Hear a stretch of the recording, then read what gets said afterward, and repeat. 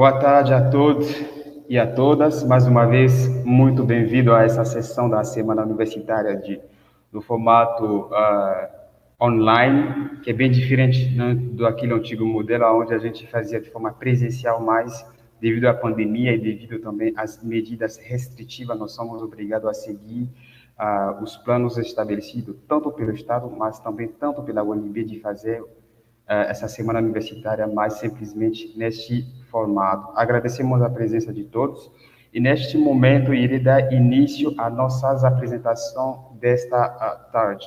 Eu me apresento, eu sou Choraki Sérgio, acadêmico das Relações Internacionais, aluno do sexto semestre, e neste momento eu vou dar início à nossa palestra de hoje.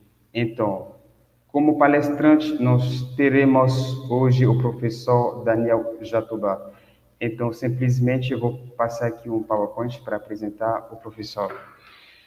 Mesa 3, Relações Internacionais, Eurocentrismo e Pensamento Não Ocidental. Palestrante, professor Daniel Jatobá. Tema, Relações Internacionais, Eurocentrismo e Pensamento Não Ocidental. O professor Daniel Jatobá é professor do Instituto de Relações Internacionais da Universidade de Brasília desde 2008. Possui um doutorado em Ciência Política pela IESP/UFRJ 2011 e mestrado em Relações Internacionais pela Universidade de Brasília/IREL, obtido em 2013. É autor de diversos capítulos de livros e artigos científicos, além de ser autor de livro Teoria das Relações Internacionais, edição Saraiva 2013. Então, nesse exato momento, irei adicionar o professor Jatobá para dar início à sua palestra. Professor Jatobá, muito bem-vindo. O espaço é de você agora. Muito obrigado, Choraki Sérgio. É uma satisfação poder participar dessa semana universitária da Universidade de Brasília. A gente, nessa modalidade, como você mesmo explicou na apresentação, nessa modalidade totalmente à distância, como é recomendável, como é devido às restrições que nós vivemos nesse momento. É uma satisfação poder compartilhar um pouco do meu pensamento, do pensamento que a gente desenvolve nas pesquisas e nas aulas aqui na universidade, poder compartilhar com um público um pouco mais amplo, porque a Semana Universitária, claro que abrange os nossos estudantes, professores, funcionários, enfim, aqueles que já convivem aqui no ambiente universitário, mas abrange também estudantes e professores de outras universidades e, de uma maneira mais ampla, o público em geral. Então é uma satisfação a gente poder participar de uma atividade desse gênero, porque é fundamental para a universidade brasileira não apenas se dedicar ao ensino e à pesquisa, mas, sobretudo, poder compartilhar esses conhecimentos e participar do debate na esfera pública mais ampla, compartilhando tudo isso com a sociedade de uma maneira geral. A apresentação que eu tenho para a noite de hoje tem o título Relações Internacionais, Eurocentrismo e Pensamento Não Ocidental. Eu vou compartilhar aqui uma apresentação. E o que eu quero dizer logo a princípio é que, embora seja um tema que, em primeiro lugar, interessa aos estudiosos de relações internacionais, eu devo começar dizendo que também é um tema que interessa a qualquer cidadão e a qualquer povo que habite nesse mundo. Ou seja, é um assunto acadêmico, mas a gente vai perceber ao longo da minha exposição também que é um assunto que interessa a cada um de nós, porque as relações internacionais, elas fazem parte da nossa vida, seja individual, seja coletiva, e especialmente quando a gente está tratando desse tema, que é o tema da crítica ao eurocentrismo, da crítica à centralidade do Ocidente na história, nas práticas políticas e nas formas de pensar o mundo. Esse eurocentrismo vem sendo criticado cada vez mais nos dias de hoje. E, por outro lado, abordar as possibilidades de um pensamento não ocidental sobre o mundo em que vivemos, um pensamento não ocidental sobre as relações internacionais.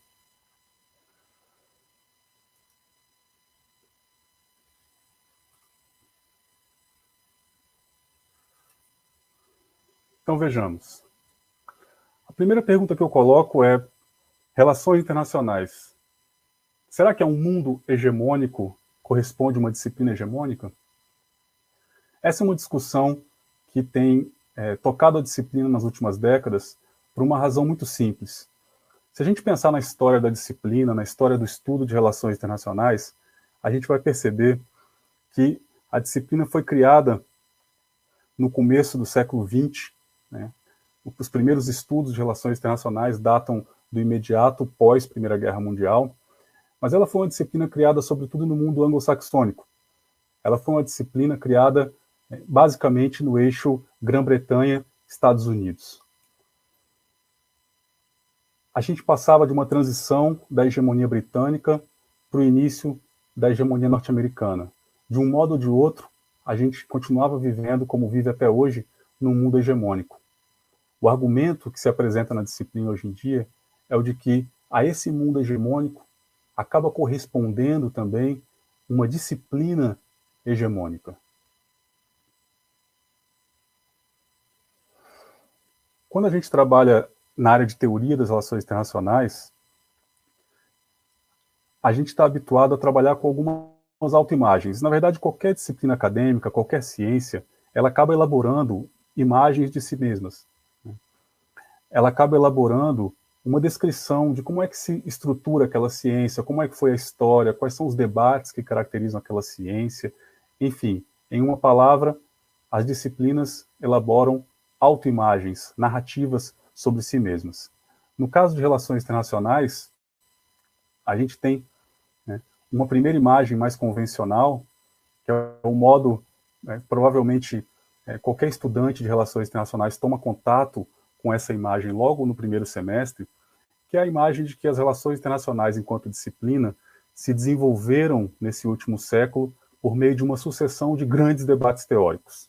Eu já vou explicar daqui a pouco quais são esses debates, quais foram os períodos em que eles aconteceram, quais foram os temas discutidos, quem foram as diferentes perspectivas envolvidas em cada um dos debates, mas eu começo afirmando que essa é uma imagem bem convencional, ou seja, descreve-se o campo de relações internacionais como uma sucessão de 4 grandes debates teóricos. Essa imagem, embora seja convencional, talvez não seja mais adequada. E eu contraponho a essa imagem uma imagem mais atual, uma imagem mais adequada da disciplina, na qual a gente enxerga as relações internacionais como um campo de debates acadêmicos, onde há uma multiplicidade de debates simultâneos, ou seja, as relações internacionais são caracterizadas por uma pluralidade, por uma multiplicidade de debates. As coisas não aconteceram historicamente do modo como aquela imagem convencional vem nos contando e como muitos de nós, professores, viemos repetindo em salas de aula, em textos acadêmicos, em livros. A disciplina é mais rica do que simplesmente uma sucessão de alguns grandes debates teóricos. Essa imagem mais plural, essa imagem mais atual, essa imagem que eu considero mais adequada da disciplina, ela foi desenvolvida no livro que eu fiz de Teoria das Relações Internacionais, organizada mais ou menos da seguinte forma. A gente tem, por um lado, as perspectivas teóricas tradicionais, e entre as perspectivas teóricas tradicionais são listadas, geralmente, o realismo político, o internacionalismo liberal e o chamado globalismo, ou marxismo. Essas são as 3 correntes teóricas, as 3 perspectivas teóricas mais tradicionais em relações internacionais. Elas dominaram o estudo de RI até o final do século XX, mas uma imagem da disciplina, nesse momento em que a gente já ultrapassou 1/5 do século XXI, uma imagem mais adequada tem necessariamente de incorporar as chamadas novas perspectivas teóricas. Entre elas, nós listamos a teoria crítica, o construtivismo social, o pós-modernismo, o pós-estruturalismo, o feminismo, o pós-colonialismo. Se for para descrever muito brevemente o que cada uma dessas perspectivas teóricas tradicionais representa, eu diria mais ou menos o seguinte: o realismo político tem a sua ênfase, sobretudo, no papel dos Estados na política internacional. São os Estados que importam, e particularmente as grandes potências.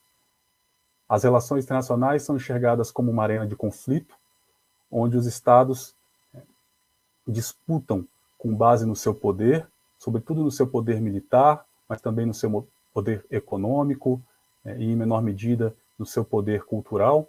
Os estados, principalmente as potências, disputam com os demais estados em busca dos seus interesses nacionais. Ou seja, o mundo é enxergado como um conjunto de unidades políticas independentes, soberanas, que são os estados-nação territoriais, e, como eu disse, as relações internacionais são uma arena de conflito, de luta pelo poder e de luta pela riqueza.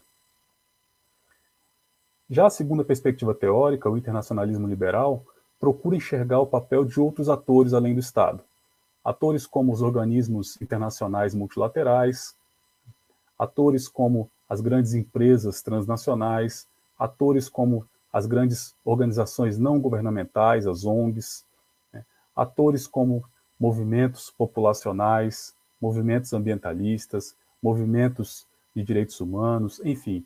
O liberalismo ou internacionalismo liberal expande os atores das relações internacionais para incorporar outros que não apenas o Estado. O Estado faz parte do jogo político internacional, mas para se falar de um modo mais completo, o liberalismo traz para a arena política esses outros atores e enxerga outros processos, não apenas o conflito, mas enxerga possibilidades de cooperação, de compromisso, de barganha, enfim. É um cenário um pouco mais rico e mais diverso do que o do realismo político. E, em terceiro lugar, tem o globalismo, baseado numa visão marxista das relações internacionais, que enxergam as relações internacionais basicamente como uma arena que se desenvolve no âmbito do desenvolvimento histórico do capitalismo global. Entre os atores estão os estados, mas o foco principal dos marxistas não é nos estados propriamente, mas nas classes sociais, essas transnacionalizadas, que também entram em conflito em prol dos seus interesses materiais. Nessa visão marxista, as relações internacionais são enxergadas como um espaço da luta de classes, muito mais do que um espaço de disputa entre estados. As novas perspectivas teóricas, elas trazem um potencial crítico para a disciplina. A teoria crítica, por exemplo, ela busca mostrar como é que as nossas próprias teorias são um elemento constitutivo do mundo. Ou seja, as próprias teorias que nós utilizamos para descrever e para explicar o mundo fazem parte do próprio mundo. Os atores internacionais levam para suas práticas as teorias, as representações do mundo que a gente constrói. Então, na teoria crítica, toda teoria ela é feita por alguém, é feita por algum propósito. A teoria crítica tem um compromisso acadêmico, um compromisso social com a mudança das relações internacionais. É por isso que ela é chamada de teoria crítica, porque ao contrário das três anteriores, que procuram simplesmente descrever o mundo tal como ele é, ou pelo menos como essas teorias imaginam ser, a teoria crítica não. A teoria crítica tem uma proposta de elaborar teorias que sirvam para os diferentes atores internacionais transformarem a própria realidade. Outra perspectiva teórica, considerada nova perspectiva, também tem um potencial crítico, é o construtivismo social. São chamados de construtivistas esses teóricos porque eles consideram que a realidade ela é socialmente construída, que toda realidade social, como as relações internacionais, resulta das nossas práticas e das nossas ideias. Né? As identidades dos atores contam. O modo como os atores se enxergam mutuamente conta. Enfim, o construtivismo procura olhar para a realidade não como um dado, mas como uma realidade em permanente construção e reconstrução ao longo do tempo. O pós-modernismo, o pós-estruturalismo, assim como o feminismo e o pós-colonialismo, trazem também uma carga bem crítica para a disciplina. No caso do pós-modernismo, do pós-estruturalismo, fazendo a crítica das nossas estruturas mentais, fazendo uma crítica das representações que nós elaboramos do mundo. O feminismo, claro, vai trazer a agenda da diferença entre os gêneros, entre as mulheres e os homens na realidade. Vai mostrar como relações internacionais pode ser descrita como um clube quase exclusivamente de homens, né? Para dizer a verdade, muitas feministas vão dizer que relações internacionais é um clube de homens brancos, ocidentais, de terno, responsáveis por moldar os destinos do mundo. Então, o feminismo tem essa ênfase nas assimetrias entre as mulheres e os homens nas relações internacionais, como nas diferentes sociedades em geral. O pós-colonialismo, que é a perspectiva crítica na qual eu vou me concentrar mais nessa apresentação de hoje, procura mostrar como o mundo foi moldado pelo encontro colonial, como a violência colonial promovida pelas principais potências europeias acabou constituindo a realidade internacional que nós conhecemos hoje. O pós-colonialismo procura enfatizar como, a despeito do fim dos regimes coloniais, as assimetrias nas relações de poder permanecem entre as nações ricas e as nações pobres, entre as antigas metrópoles e as antigas colônias. Enfim, esse quadro mais plural, ele é mais consistente também com a realidade atual das relações internacionais. A imagem mais convencional, eu vou passar por ela aqui rapidamente, ela nos diz que primeiro houve um grande debate teórico nos anos 20, nos anos 30, o contexto do período entre guerras, os chamados 20 anos de crise. É um debate sobre a natureza da política internacional, com os realistas se opondo aos liberais. Para os realistas, a política internacional é aquela arena de disputa, de conflito entre os estados, enquanto para os liberais existe muito mais espaço para uma construção cooperativa, especialmente quando se constroem instituições internacionais. Então é um debate também sobre o papel dessas instituições, como a Liga das Nações, como o próprio direito internacional. E é um debate também, justamente naquele período de crise internacional, um debate sobre as condições para uma mudança no sistema de estados. A imagem convencional nos conta que depois teria vindo um segundo grande debate, um debate entre os anos 50 e 60. De um lado, os defensores dos métodos estatísticos e matemáticos, chamados cientificistas, do outro lado, os chamados humanistas, baseados nos métodos científicos tradicionais, principalmente da história, do direito, da sociologia. É um debate sobre o modelo de ciência. Qual modelo de ciência deveria ser adotado nas relações internacionais? Um modelo mais baseado nos métodos das ciências exatas ou um modelo particular próprio das ciências humanas? Então esse é um debate também sobre a unidade ou a diferença entre as ciências da natureza, as ciências exatas e as ciências sociais e humanas. O terceiro grande debate, que já é um debate entre três perspectivas, justamente as três perspectivas tradicionais que eu apresentei no slide anterior, é um debate entre neorrealistas, neoliberais e os marxistas. É um debate que aconteceu entre os anos 70 e 80. É basicamente um debate a partir da centralidade do realismo e dos seus críticos, ou seja, é um debate sobre as alternativas ao paradigma realista. É um debate sobre quem são os atores centrais, os realistas vendo os estados como atores centrais, os liberais incorporando atores não estatais ou interestatais, e os marxistas enfatizando no papel das classes e das suas lutas na conformação do capitalismo global. É um debate sobre como se comportam esses atores, é um debate sobre quais são os temas centrais na política mundial, e é um debate também, mais do ponto de vista científico, acerca da possibilidade ou não de comparar esses diferentes paradigmas. Porque nos anos 80, realistas, liberais e marxistas apresentavam descrições do mundo tão diversas que muita gente começou a se questionar se realmente eles faziam parte de uma mesma disciplina, se todos estavam falando de relações internacionais ou se haveria diferentes disciplinas, uma visão mais realista, uma visão mais liberal e uma visão marxista. Então, o terceiro grande debate teórico, descrito assim na imagem convencional da disciplina, ele é também um debate sobre a fragmentação ou a unidade da própria disciplina.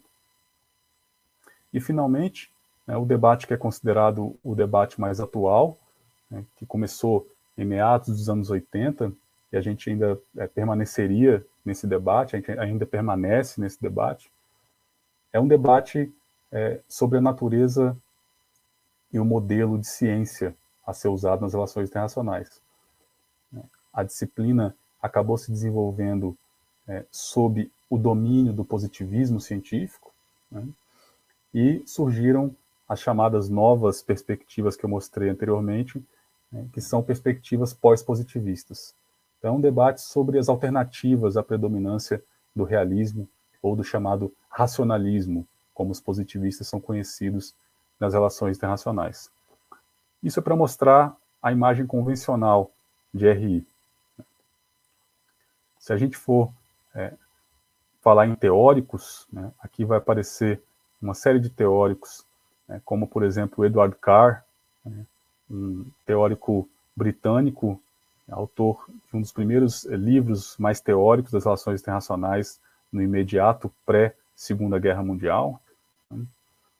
Outra referência obrigatória entre os realistas é Hans Morgenthau, né, de origem austríaca, filho de austríaco com mãe portuguesa, mas que acabou migrando para os Estados Unidos no contexto do Holocausto judeu, né, e se incorporou às universidades norte-americanas, foi responsável pela elaboração do modelo realista mais paradigmático no imediato pós-Segunda Guerra Mundial. Foi o realismo que inspirou muitas das políticas externas norte-americanas, né, assim como o realismo de um norte-americano chamado Kenneth Waltz, né, talvez a figura mais importante dentro do realismo político a partir dos anos 70 e até os dias de hoje.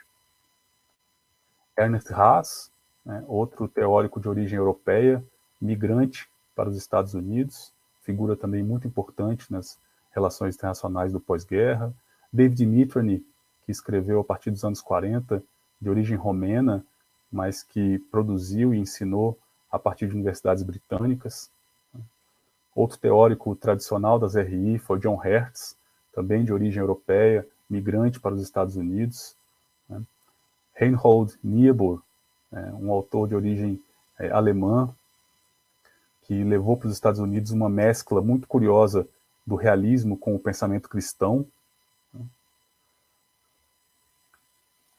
Karl Deutsch, de origem também centro-europeia, que migrou para os Estados Unidos, foi um dos maiores cientistas sociais da sua época, né, junto com Morton Kaplan, norte-americano, colaborou na difusão dos modelos cientificistas, matemáticos, estatísticos nas relações internacionais.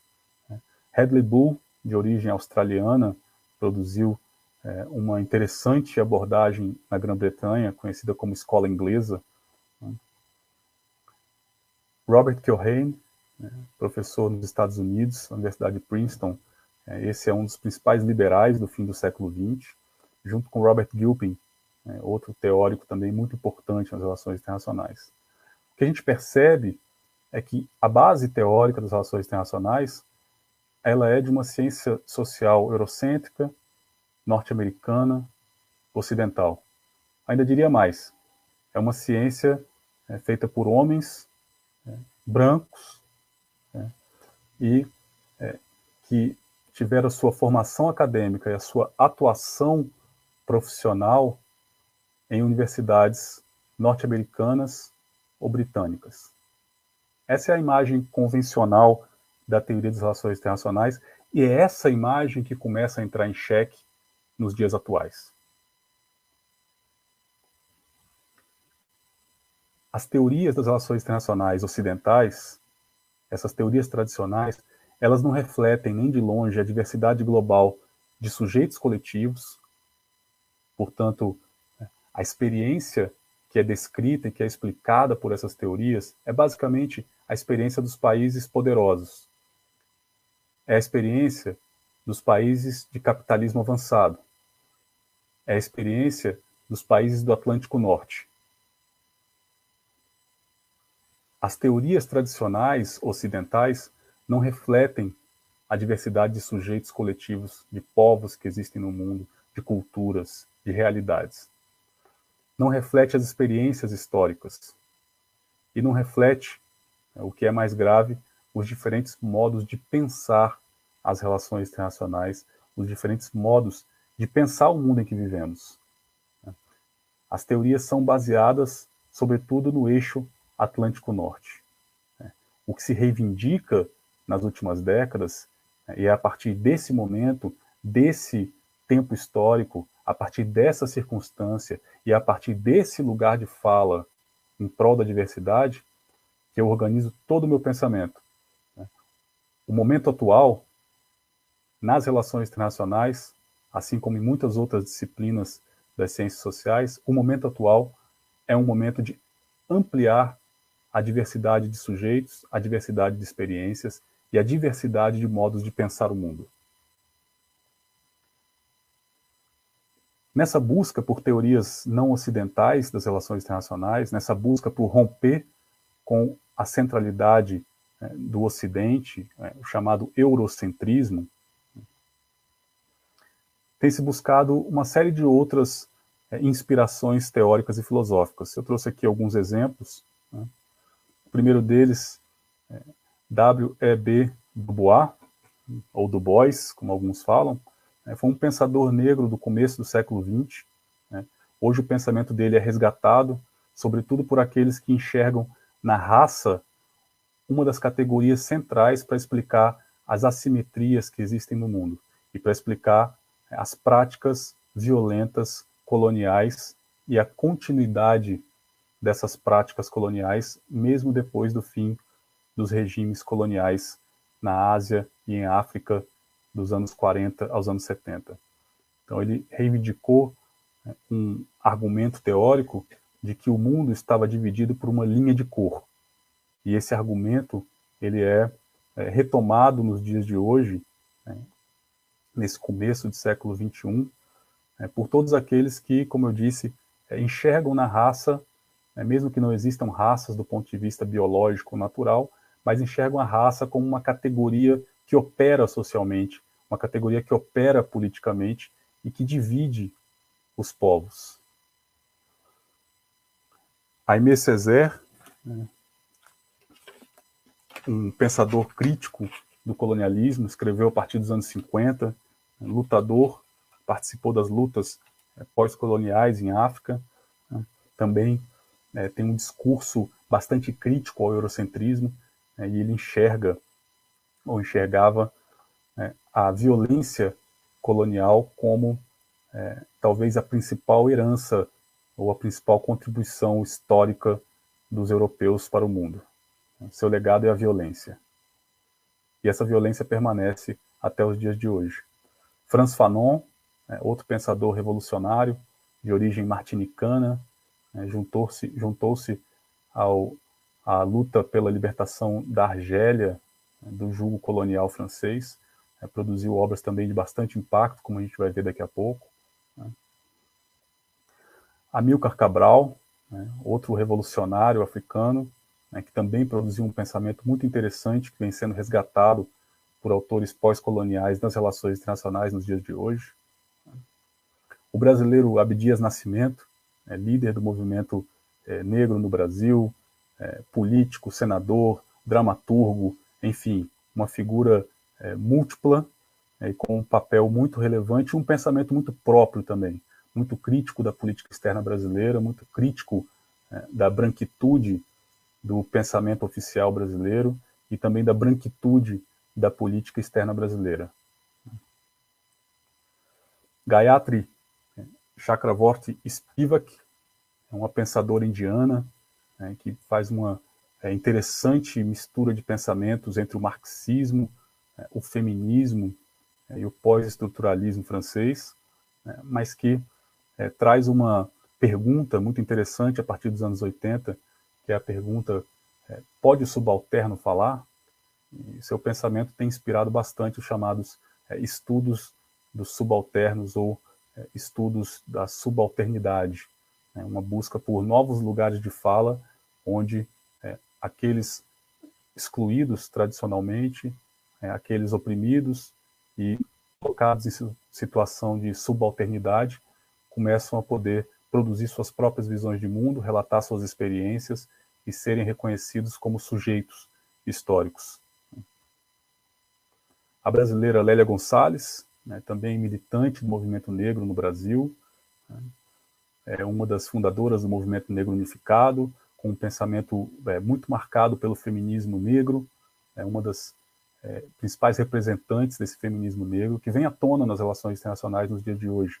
Pensou categorias muito próprias, como América Latina, como a mefricanidade, enfim, é uma das referências que vem sendo trazidas, né, nessas novas buscas de ruptura na teoria das relações internacionais.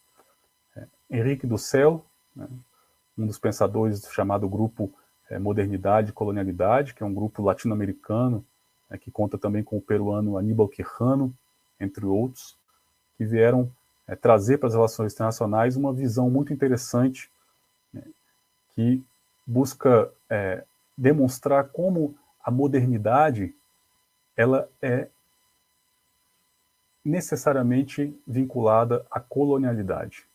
Pensar o moderno é pensar o colonial. E essa narrativa e essa interpretação ela é bem diversa da narrativa heróica da modernidade, como se apresenta no eurocentrismo, do pensamento ocidental, onde a modernidade é o império da razão, onde a modernidade é a afirmação da legitimidade da autoridade, do poder político, onde a modernidade é a modernização, é a racionalização, melhor dizendo, das trocas econômicas e da produção, onde a modernidade é o império das luzes contra o obscurantismo e a religião. Não, nada disso. O grupo Modernidade e Colonialidade vem mostrar que a violência do encontro colonial e as classificações que a modernidade traz consigo é que são a marca desse legado europeu no mundo. E isso muda completamente o nosso modo de interpretar a política mundial e interpretar as relações internacionais, tanto históricas como contemporâneas. Eduardo Said, de origem palestina, muito importante por alguns livros como Orientalismo e Cultura e Imperialismo. Né? Bell Hooks, também outra forte representante do feminismo negro. Né? E, mais atualmente, Achille Mbembe, autor de um livro que tem causado um forte impacto na filosofia, nas ciências sociais, na história e também aqui nas relações internacionais, que é o livro Crítica da Razão Negra. É um livro de uma síntese impressionante e de um pensamento muito atual. E podemos encontrar nessas figuras e em algumas outras algumas inspirações para reconstruir a teoria das relações internacionais. Notem a diferença desse quadro em relação ao quadro apresentado 2 slides atrás. As relações internacionais já não são as mesmas. Aquela imagem convencional de 4 grandes debates teóricos já não serve como uma descrição do campo e muito menos como um caminho para o desenvolvimento futuro da disciplina. Relações internacionais hoje trilha outros caminhos e futuramente vai precisar ainda mais trilhar novos caminhos e reconstruir de uma maneira crítica aquela tradição herdada das gerações anteriores. É momento de mudança. Alguns caminhos para a gente repensar as relações internacionais. Gayatri Spivak nos lembra que nós vivemos em um mundo pós-colonial, um mundo neocolonial, ou seja, as estruturas e as relações de poder permanecem, só que com uma nova roupagem, que é o que justifica esse prefixo pós ou prefixo neo. Na verdade, a colonialidade se encontra presente no mundo de hoje. A colonialidade não se extinguiu com o fim da maioria dos regimes coloniais formais. Walter Mignolo, do grupo Modernidade e Colonialidade, nos lembra que o mundo contemporâneo, portanto as relações internacionais, incluída, esse mundo é caracterizado pela hegemonia da colonialidade e modernidade ocidental. E Jean Prakash, um dos principais representantes da chamada nova historiografia indiana, que foi um esforço de recontar a história hindu, mas não do ponto de vista dos vencedores, não do ponto de vista dos colonizadores, e sim a partir do olhar local, do olhar daqueles que foram subjugados aos regimes coloniais. O Jean Prakash vem nos lembrar que o pós-colonialismo enxerga a história como um contínuo e que, muito inspirado em correntes como o pós-estruturalismo, põe de lado a linguagem das origens, a linguagem dos começos e a linguagem dos fins. A história é um contínuo. O que existem são diferentes perspectivas. A perspectiva dos vencedores, a perspectiva dos colonizadores, e as perspectivas daqueles que foram considerados vencidos porque foram colonizados e foram objeto da violência colonial. Um rápido contexto epistemológico, como eu mencionei antes, essa crítica ao eurocentrismo, ela está situada num debate científico que tem a ver com a disputa entre os positivistas e os pós-positivistas. Os positivistas defendendo os métodos das ciências naturais, defendendo que a ciência deve produzir uma imagem verdadeira, e os pós-positivistas dizendo que nós não temos um acesso privilegiado à verdade, muito menos se adotarmos métodos pensados e utilizados nas ciências naturais.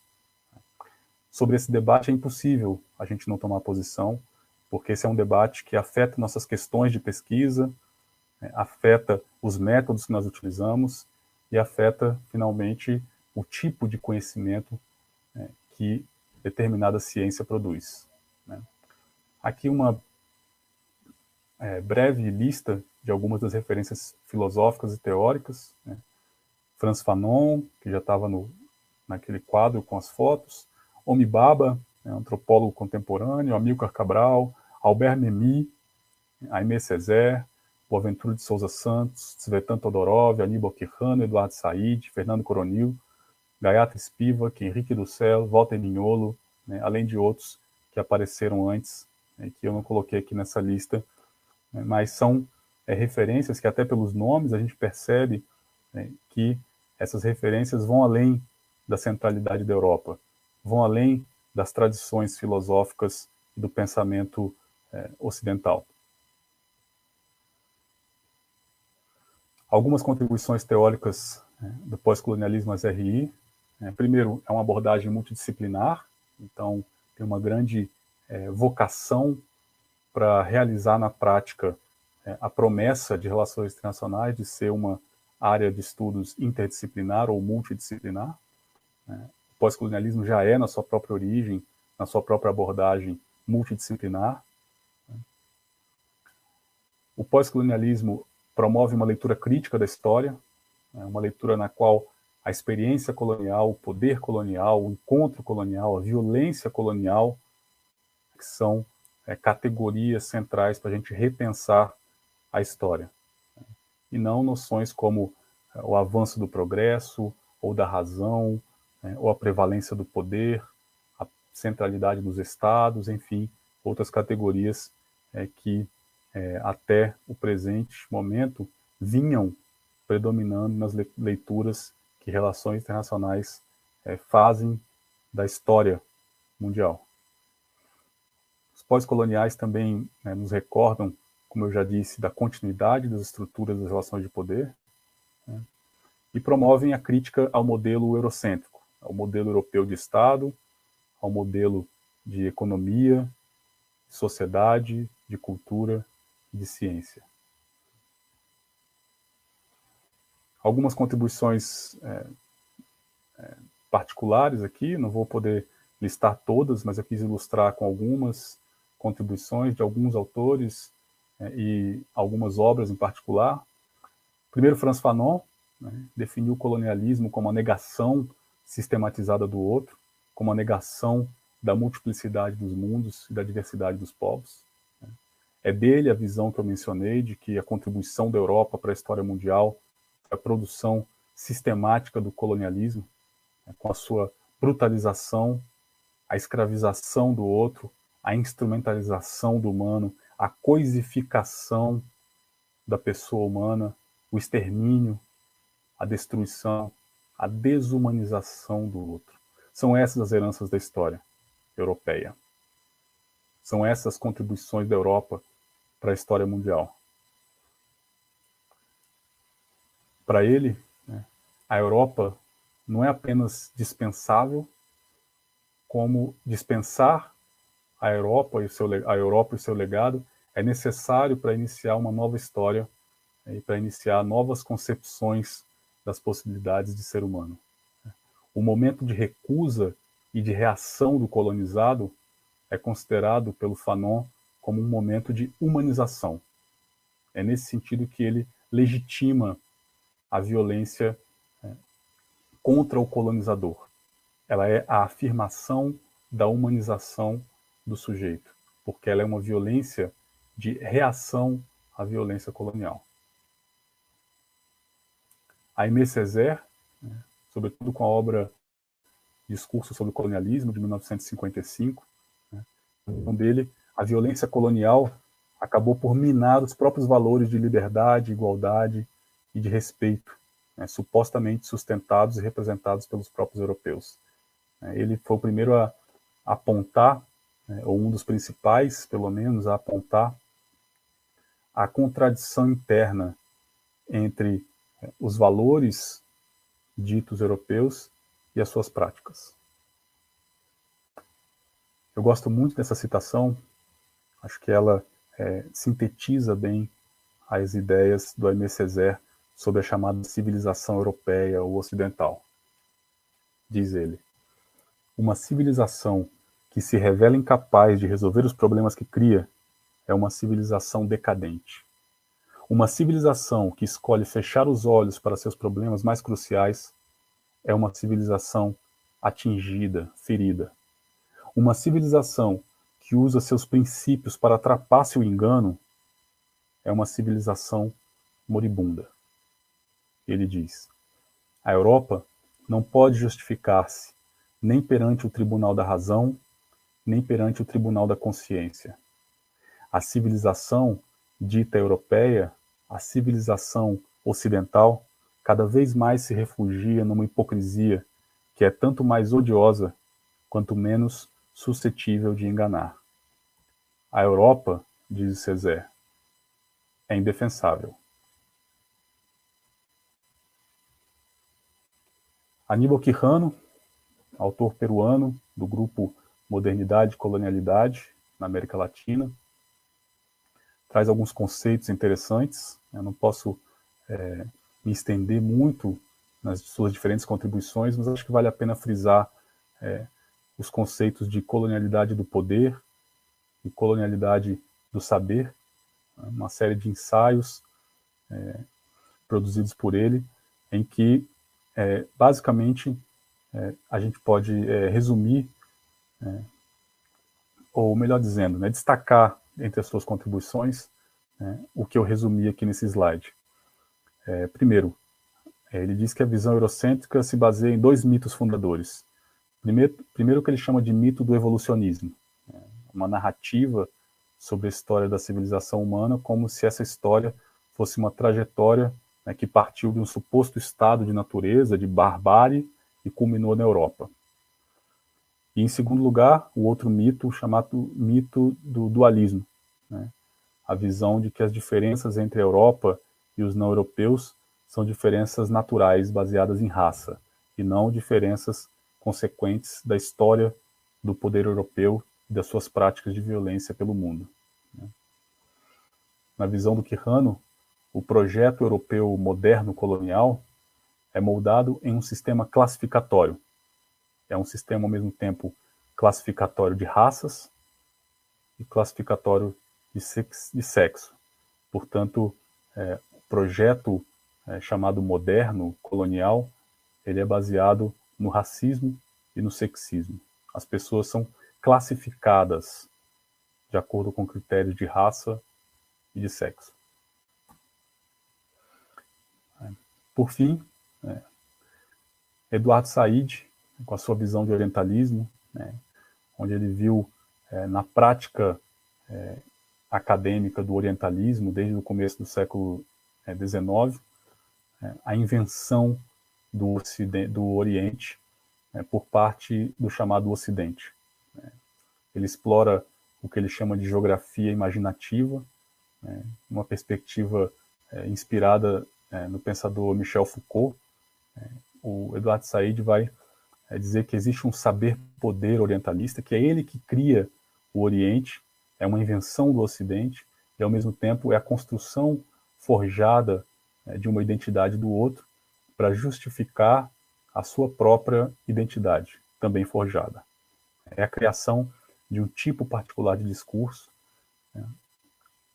é um estilo de pensamento, de trabalho acadêmico e científico, que tem, na verdade, um pé nas práticas de conquista, nas práticas de colonização do outro. Ou seja, é um saber-poder, é uma ciência vinculada com determinadas práticas políticas.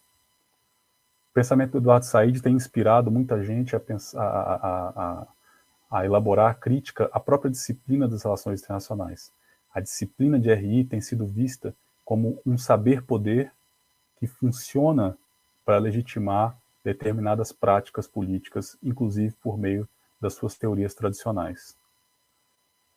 Dizer disciplina, para o Eduardo Said, significa inibir a diversidade de pensamento.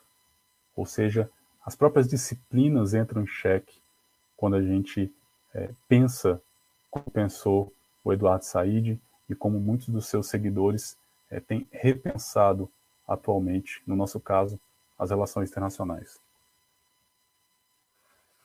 Tudo isso cabe a mim me encaminhar para a conclusão, né? E aí eu me pergunto, o que fazer das teorias das relações internacionais? O que fazer das teorias ocidentais das relações internacionais? Resumidamente, eu identifico na literatura acadêmica, nos debates que acontecem, também nos debates culturais de uma maneira mais ampla, eu identifico duas opções, basicamente, duas opções disponíveis, que são contraditórias entre si. Primeiro, uma estratégia que eu chamo de estratégia de ajuste ou acomodação. Ou seja, há aqueles estudiosos e estudiosas que defendem um ajuste ou acomodação de todo o mundo dentro das teorias ocidentais. E, por outro lado, é uma estratégia de aceitação, portanto. E, por outro lado, o que eu chamo de estratégia de descarte ou substituição, que, contraditória à primeira estratégia, implica em descartar completamente o pensamento ocidental, fazer tábula rasa e colocar em seu lugar teorias próprias que não tenham qualquer tipo de relação com o pensamento ocidental.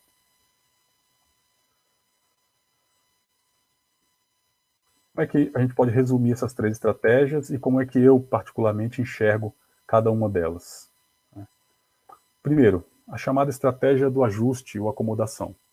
Significa, como eu disse, ajustar a nossa condição não ocidental às teorias ocidentais, acomodando-nos nas perspectivas teóricas tradicionais. Essa primeira estratégia não me parece adequada. Eu vou dizer por quê. Primeiro, porque se a gente aceita simplesmente as teorias ocidentais de uma maneira acrítica, significa que nós deixaríamos de ser produtores de conhecimento e passaríamos a ser meros consumidores. Ou seja, estaríamos reproduzindo a dinâmica colonial, sendo colonizados por pensamentos alheios. É pensar o mundo com os neurônios dos outros.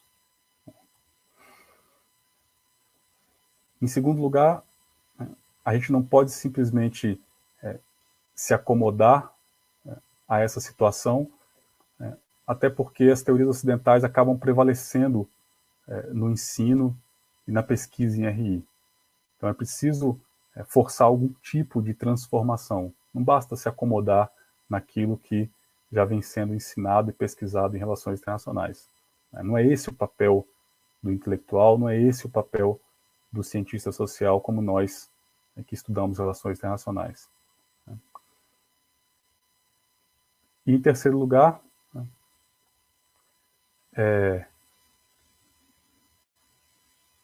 as teorias, não cabe simplesmente se acomodar, né, levando em conta apenas parte das teorias ocidentais, porque existem teorias ocidentais tradicionais, mas existem também teorias ocidentais críticas. Então, se ajustar, quando se fala em se ajustar, quando se fala em se acomodar, normalmente está se falando em se acomodar às teorias ocidentais tradicionais. A estratégia do descarte ou substituição, né, é a estratégia oposta, né, que significaria simplesmente descartar as teorias ocidentais, substituindo-as por teorias não ocidentais totalmente distintas. Né. Meu primeiro contra-argumento é que jogar totalmente fora a tradição é você jogar fora o bebê junto com a água do banho, como se diz no provérbio popular.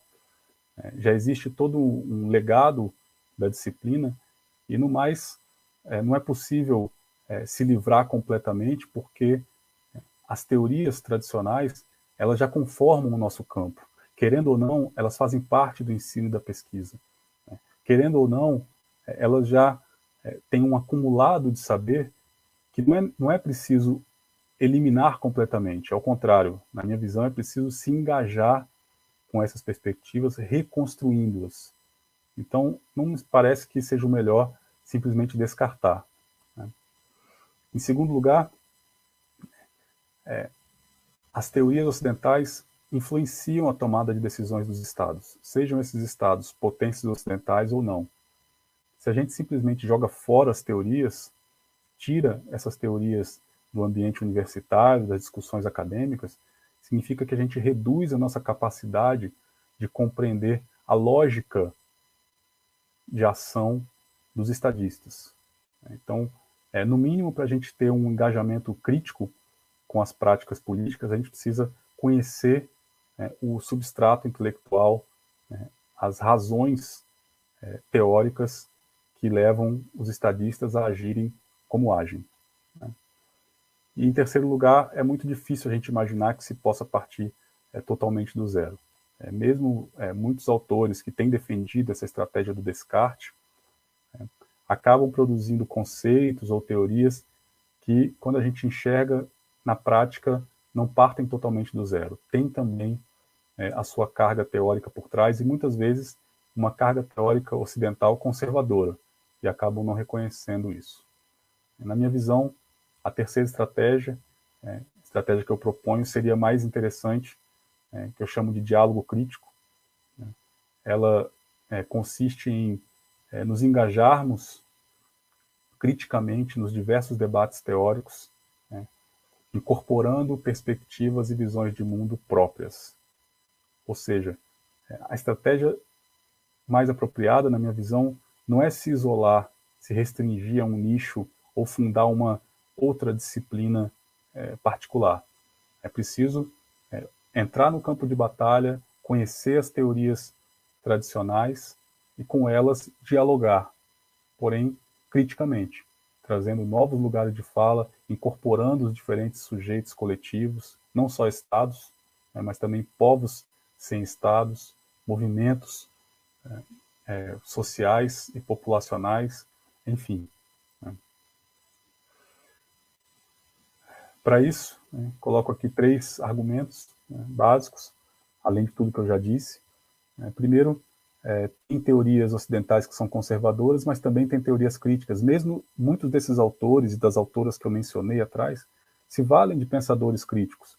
É uma Gayatri Spivak que se inspira no marxismo, por exemplo, ou em feministas ocidentais, mas promove uma visão própria dos estudos subalternos. É um Eduardo Said, que dialoga com Michel Foucault. É um Frantz Fanon, que também dialoga com o marxismo, entre outras perspectivas. Nada disso impede que se possa colher o que há de mais crítico para reconstruir o campo teórico das relações internacionais. Em segundo lugar, penso que a produção de conhecimento crítico pode se valer da própria contraposição, né? Ou seja, apontar os equívocos e, sobretudo, apontar as implicações políticas do pensamento ocidental, né, já pode servir como uma ponte para a construção de um pensamento crítico e alternativo sobre as relações internacionais. E, em terceiro lugar, é preferível engajar-se nos debates a partir de novos lugares de fala, em vez de isolar-se e correr o risco, né, de que a disciplina continue sendo do mesmo modo como ela tem sido, enquanto o pensamento crítico acaba se colocando em isolamento e ocupando uma espécie de nicho. Ah, sim, lá naquele corredor universitário, na última sala, virando o corredor à esquerda, tem uma salinha lá com um professor solitário que pensa uma coisa que não tem qualquer relação e não promove qualquer diálogo com o que se pensa no restante de todo o departamento universitário, onde se pensa em termos das teorias tradicionais, das teorias que são, no fundo, parte da disciplina hegemônica das relações internacionais. Essas são as razões que me levam a afastar, né, as duas primeiras estratégias, a estratégia do ajuste ou mera acomodação, também a estratégia do descarte e substituição, né, do tipo terra arrasada, né, tábula rasa, e defender uma terceira estratégia, que é o engajamento crítico. Participemos todos de uma relação, de uma disciplina, que são as relações internacionais, mas tratando essa disciplina não a partir da sua leitura ortodoxa, da sua leitura hegemônica, mas tratando essa disciplina como um espaço de múltiplos debates, onde mesmo as teorias estabelecidas servem de ponte para a afirmação de teorias mais críticas. Enfim, concluo reforçando algumas ideias, a necessidade de repensar as relações internacionais, de descolonizar as relações internacionais, de reconstruir a disciplina. E lembro que as nossas teorias não apenas explicam o mundo, elas também apontam nossos horizontes práticos e éticos, apontam nossas possibilidades de ação e nossos deveres de ação. Aponta as possibilidades do agir, mas aponta também o dever ser. O diálogo crítico, na minha visão, né, essa ideia que eu coloco aqui para o público, submeto ao debate coletivo, o diálogo crítico é um modo de desconstrução e, ao mesmo tempo, reconstrução dos saberes e das práticas políticas que esses mesmos saberes das relações internacionais legitimam. É do interesse de todos, não apenas do interesse de uma parcela do mundo, não apenas do interesse de alguns.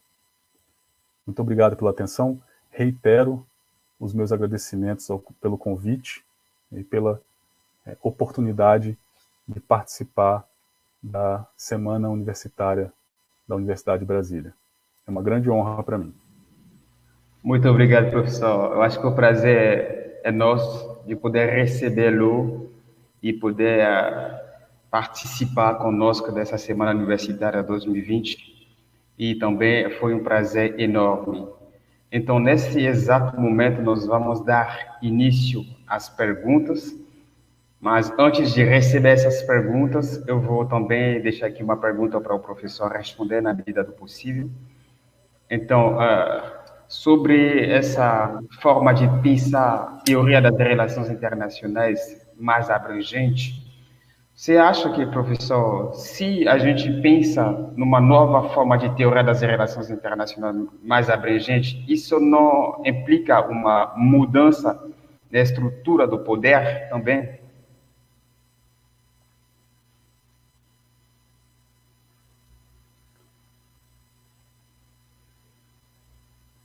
Deixa eu ver aqui. Como nós fazemos? Eu vou respondendo Sim, diretamente? Ok. sim, pode responder. Tá. Então, eu diria o seguinte, que eu não vejo uma separação completa, em primeiro lugar, entre o pensar e as práticas políticas. Eu tendo a pensar que os saberes e as práticas se articulam né? Não há uma separação completa. E, por outro lado, acho que pensar relações internacionais mais plurais, ou como você disse, mais abrangentes, né, eu também usei essa expressão na minha apresentação, é parte de uma afirmação política. Ou seja, o produzir ciência, o produzir pesquisa, o participar dos debates públicos é também uma forma de se posicionar politicamente. E para isso, a gente não deve ficar esperando uma mudança na estrutura de poder. Até porque as próprias teorias, elas acabam contribuindo para a continuidade e a perpetuação das estruturas de poder. Então a gente entraria aí num círculo vicioso. Se a gente for ficar aguardando uma mudança na estrutura de poder, a gente vai ficar eternamente reproduzindo o mundo no modo como ele se encontra, sem encontrar brechas e espaços para uma transformação, que, repito, eu entendo que essa transformação depende de algo que, por um lado, do campo do saber, por outro lado, do campo das práticas políticas. Obrigado, professor. Nós temos aqui uma pergunta do Matheus. Ele diz, professor, poderíamos dizer que a cooperação Sul-Sul é uma herança da interpretação pós-colonial das relações internacionais? Matheus, eu vou olhar a questão, que é muito boa, por dois ângulos. Depende de como a gente enxerga e dos caminhos que a cooperação Sul-Sul toma. Ela não é propriamente uma herança, mas ela certamente faz parte dessa mesma circunstância histórica, que é uma afirmação do chamado Sul global e das possibilidades de uma relação entre as diferentes partes do Sul global, né, em contraposição a uma conexão que, herdada do tempo colonial, vinculava sempre a periferia ao centro, e nunca parte da periferia a outra parte da periferia. Portanto, a afirmação do Sul global e a defesa da cooperação Sul-Sul são ideias que têm a ver com novos caminhos para estruturar as relações internacionais. Então, por um lado, eu não diria que é uma herança, mas eu diria que tem grande coerência ou convergência com o pensamento pós-colonial. Então, por um lado, eu responderia que sim. Mas, de um modo dialético, eu olharia por outro lado também.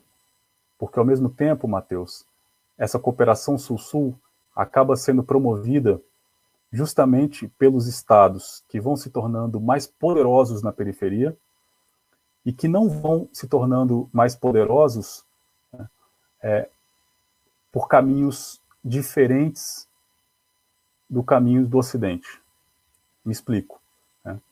Os estados que vão se tornando mais poderosos na chamada periferia ou no sul global, e aí a gente está se referindo em geral à China, à Índia, até a Rússia acaba sendo colocada no sul global, embora seja uma nação europeia que tenha feito parte, pelo menos nos últimos 300 a 400 anos, do Concerto Europeu de Nações. Brasil, enfim, alguns incluem Nigéria, outros Turquia, e assim por diante. Esses países eles vão conseguindo mais espaço nas relações internacionais na medida em que eles acumulam um tipo de poder, que é um poder estatal e um poder econômico, muito baseado numa imagem do centro. Ou seja, a cooperação Sul-Sul, em primeiro lugar, acaba sendo promovida por estados que vão se colocando como os mais poderosos dentre aqueles da periferia. E o que é mais grave? Em segundo lugar, a lógica e a dinâmica da cooperação Sul-Sul, não em todos os casos, mas pelo menos em alguns dos casos, acaba reproduzindo a assimetria inspirada nas diferenças entre o centro e a periferia, entre o norte e o sul. Ou seja, se produz uma dinâmica, mesmo na cooperação Sul-Sul, que acaba replicando, imitando as assimetrias entre centro e periferia. Ou seja, se por um lado a gente pode afirmar que sim, que existe convergência, coerência entre os esforços de cooperação Sul-Sul os esforços de afirmação do Sul Global. Por outro lado, na minha visão, é preciso tomar algum cuidado, né, porque a cooperação Sul-Sul acaba sendo promovida pelos mais fortes entre os fracos e muitas vezes reproduzindo também a mesma dinâmica de relações assimétricas entre os mais poderosos, entre os fracos, e os mais fracos dos mais fracos. Muito obrigado, professor. Nós temos aqui uma última pergunta que é do Tá, eu vou só tirar essa aqui e adicionar a pergunta seguinte. Diante da diversidade do Sul Global, seria possível elaborar uma teoria de países periféricos que não seja enviesada pela visão de determinados países, mesmo este sendo da periferia? Tucker City, obrigado pela pergunta. Muito perspicaz a sua questão, e eu confesso para você que, mais do que responder, eu vou problematizar essa questão. Há alguns anos já, desde que eu comecei a pesquisar um pouco mais, me aprofundar nessas questões das estratégias epistemológicas, da relação entre teorias ocidentais e não ocidentais, teorias conservadoras e teorias críticas, enfim, né? Pelo menos dessa última década em que eu venho me dedicando a esse tema, essa é uma das principais questões que me aborrecem ou que me instigam, né? Curiosamente, é uma das questões que eu coloquei na prova dos alunos que eles estão elaborando essa semana em casa, né? Justamente, me parece que é um dos principais problemas, né? O Sul Global é diverso, concordo com você, acabei inclusive de mencionar isso na minha resposta ao Matheus, né? Então existem os mais fortes entre os fracos, existem os mais fracos dos fracos, né? Muitos dos países que ao longo desse último século têm conseguido ascensão na estrutura de poder global, conseguem isso justamente reproduzindo o modelo político de Estado territorial eurocêntrico, acaba conseguindo isso reproduzindo o modo capitalista de produção, né? Acaba muitas vezes alicerçando o seu capitalismo na exploração de países, geralmente da sua região, onde os custos da mão de obra são mais baratos, onde as condições de trabalho são mais precárias, onde a disponibilidade de matérias-primas baratas também favorece a expansão do capitalismo. Enfim, há uma diversidade do Sul Global, né?